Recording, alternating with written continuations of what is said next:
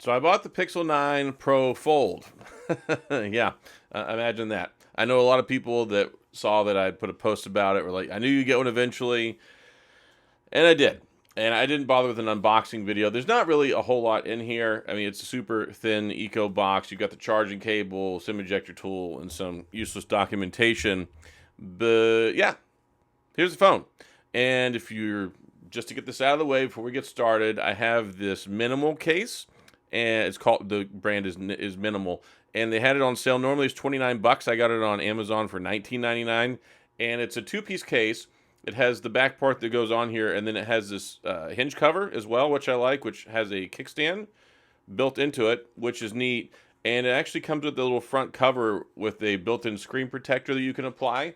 I didn't realize that till after I put another screen protector on there, but I don't like those ones that are built into the cover screen. So, yeah, here we have it. And yeah, I've been using it for today anyway. It was a surprise. Well, not a surprise. A surprise for y'all. I went ahead and ordered it. And I've been waiting a long time. And there's a lot of reasons I didn't get when it first came out. The main reason I didn't get when it first came out was because I was supposed to get sent one by Team Pixel.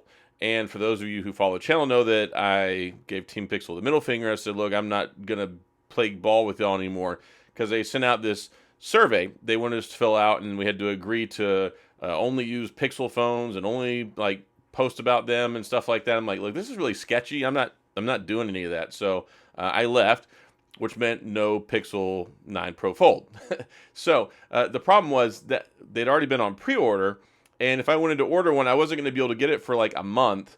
They were giving $765 trade-in for the original Pixel Fold, which I wasn't trading that in. I wasn't paying full price. So I was like, you know what? Screw it. I'll wait. I'm not going to be able to get this thing till weeks, maybe a month later anyway. Not going to do y'all any good. So I thought, okay, I'll wait. Got it for $14.99. I knew a sale was going to be around here once the holidays got here. So I've got it. It's interesting. It's definitely a big change from, well, I don't have my regular Pixel Fold over here. I moved it somewhere. But yeah, it's a big change from the regular Pixel Fold, which there are things I like about the Pixel Fold. I wish they would have kept the Passport style. This one reminds me a lot of the OnePlus Open. It's got a much bigger screen. It's basically like the size of a Pixel 9, Pixel 9 Pro on the front, and then you get the big screen on the inside. And ta-da, it's a pretty big phone. Much more square, more real estate.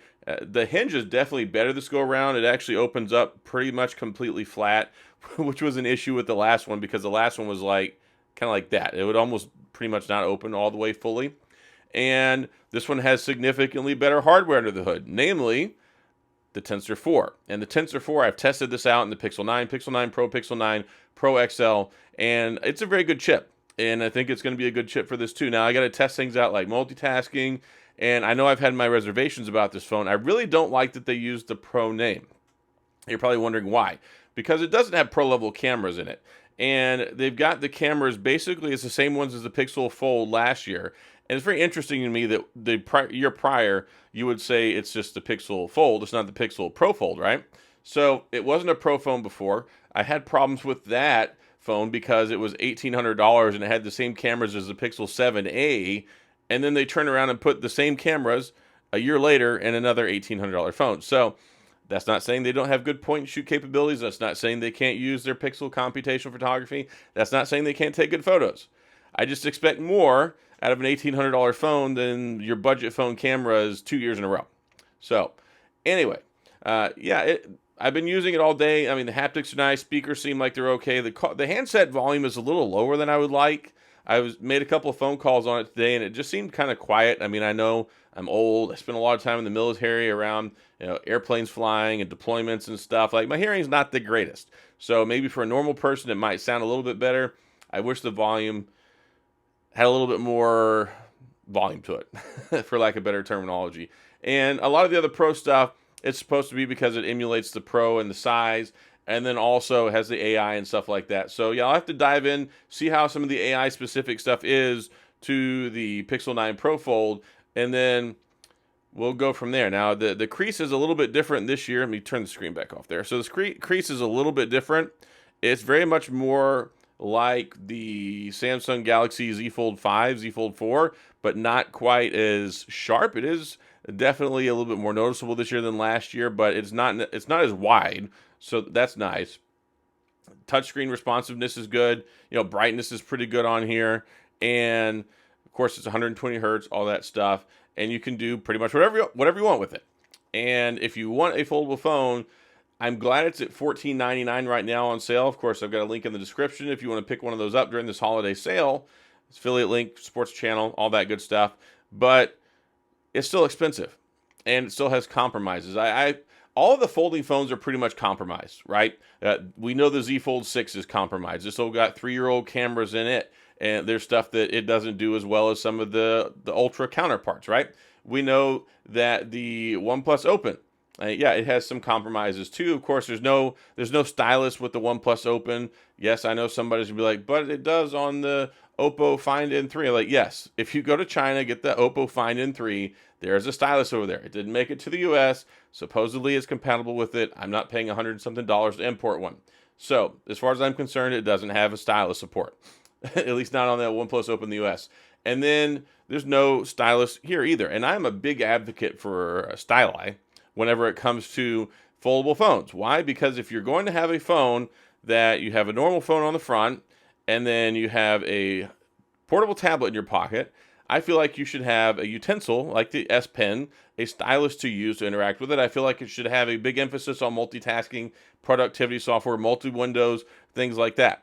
And Samsung is still winning in multi-window support, multitasking, and software suite that takes advantage of the S Pen and basically being a portable tablet. And also there's no desktop client software. So there are areas where the Pixel 9 Pro Fold, just like the Pixel Pro, the Pixel Fold, just like the OnePlus Open, fall in comparison to the Z Fold, because Samsung, as lazy as they've been with the design and keep pushing the same thing out over and over, still have really hammered down on the software experience, and they give you the S Pen, they give you great integration with that, they give you DeX, all that stuff. So just some considerations. And if you're looking to buy a foldable phone this fall, there's a lot of different options, and I guess Samsung hasn't been selling theirs as well. They've had some big sales. They were giving up to like $1,200 off the other day with the trade-in of qualified phone like the Z Fold 5, Z Fold 4. I think they were giving like $1,100, and if you did trade-in, you could get it for like $699 out the door. That's a really good deal. And then the OnePlus Open, it's been on sale, several $100s off. So I was waiting and waiting for Google to fall in line and drop the price on this, as they do, because we can rely on Google like clockwork once it gets close to Thanksgiving to drop the price on their phones. But Android 15, it's got 7 years of support. It's got a 5,000 milliamp battery. There are definitely some improvements here from a build quality, from a performance perspective, and I'm so glad it has the Tensor 4, because the Tensor 2 did not need to be in the Pixel Fold. They put it out right before the Tensor 3 came out, and it's like, oh yeah, we'll just use the older stuff. And that really rubbed me the wrong way. So whenever it comes to this one, I've really enjoyed the Tensor 4. It's been an excellent chip for me in all the Pixel 9 phones. So I think it's something that's probably going to do pretty well in here and be complementary to what Google is trying to do with this foldable phone. Now, of course, foldable phones are still fringe phones, right? There's not a whole lot of folks going out there to spend, some people don't want to spend $400, $500, $600 on a phone. So a lot of people don't want to spend $1,800 on a phone. Even with the carrier incentives, discounts, finance plans and things like that, they're still very expensive. Of course, there's still a liability, because ultimately on the inside, you have basically like a plastic screen. It's something that bends, flexes, it folds in and on itself in the middle. So I know people have concerns about those things, and rightfully so. I think we've gotten to a lot better, healthier place in the foldable market. They are very much more reliable, much more dependable, but I know folks who don't think that a normal Pixel 9 will last 7 years, much less a foldable phone. So I don't know what the strategy is there. Keep it for 2 years, trade it in, make sure you get the insurance. I don't know. But it is cheaper right now. Again, $14.99. I was like, all right. I mean, I don't want to pay $14.99 even, but I'll do it for science. I'll take one for the team, and I'm going to review this phone. So I'm going to take camera samples. I'm going out of town to go visit with family for Thanksgiving. I'll be out, the woods, doing some camping stuff and things like that. I mean, not really. I'm not camping. I'm staying at a hotel. They're staying at cabins on a natural state park or something. But anyway, I will be taking pictures with it. I'll do some, video sample stuff. I'll test out the cameras. I'll be testing out the performance. And here's one key thing when it comes to Android. We know this. You have to do the adaptive battery thing. You got to use it for like 5 to 7 days before it starts learning your routines and stuff like that, so you can dial it in, get the best battery experience. And I'm looking forward to it. I mean, I've really enjoyed the Pixel 9 series phones. Pixel 9 Solid. Really enjoyed the Pixel 9 Pro. I've been carrying around the Pixel 9 Pro XL a lot when I'm not having to test out other phones, because I'm still testing out a new phone that's coming out soon I can't talk about. And I was just secretly testing out the Asus Republic of Gaming 9 phone. So a lot of people ask me, oh, why don't you have your SIM card in this phone right now? I'm like, well, because I'm testing another one, right? So I can only carry so many phones. Sometimes I even carry three. But I get kind of tired of that because it's hard to really use a third phone. It's hard enough switching between two phones, but I kind of keep things separate. You know, a lot of family stuff on one phone, like my banking apps, consistency, things like that, and then do a lot of the testing and daily usage stuff on the new phone. So got my SIM card in here, and I'll be testing this out. I'll have my full review here a little bit later on. I'm going to try and dial it up a little bit and get it out before Black Friday. That way people have kind of my thoughts and feelings on it, so you can try and still get it while it's on sale, as opposed to, all right, let me put it out in 2 weeks and then it's back to $17.99. So I'm going to be very aggressively using this phone, spending a lot of time with it, and trying to really see if it's worth it, because that's ultimately why I make these videos. Like, other than just sitting here, you know, I like to talk to people, right? I love hearing myself talk, but that's why I make videos, is to help you guys out. I test them, buy them, and be like, okay, here, is this good? Is this worth your money? Is this something you should spend your hard-earned money on or not, right? Because there's so many phones out there, so many choices, and, you know, everything's expensive right now. And we're going to the holiday season. I know most folks that watch this are very budget-oriented, very discerning with what they do with their money. So I want to make sure that I'm giving you good advice on the phone, so that way you can make a decision. That's why a lot of these times in videos, I'm not like, you should go buy this phone. I almost never use that language, because I'm not trying to push you anyway towards buying one. I'm just telling you my experience so you can make an informed decision. So that's what we're here for. Pixel 9 Pro Fold in the hand, going back in the pocket, and I'll be testing this out extensively so I can get a review done for you guys and gals. So that's all I got. If you have any questions, comments, gripes, concerns, complaints, any of that stuff, please go to the comment section. I'll do my best to get back with you. If you enjoyed the video, please hit the like and the subscribe button and the little notification bell if you want updates when new videos come out. And as always, thanks for being here. Thank you for watching. Thank you for your support. Like, it really means the world. We're right here on the cusp of Thanksgiving here in the United States, and I really am thankful for each and every one of you guys and gals that tune in, watch the videos, leave comments, and support me in what I do here, because I love being able to provide this information to y'all. I love being able to help y'all out. I love having this, you know, conversation every day about all the different stuff when it comes to phones and other mobile tech and other cool things.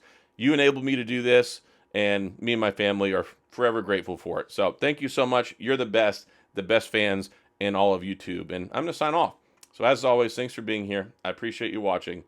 I'll see you guys next time.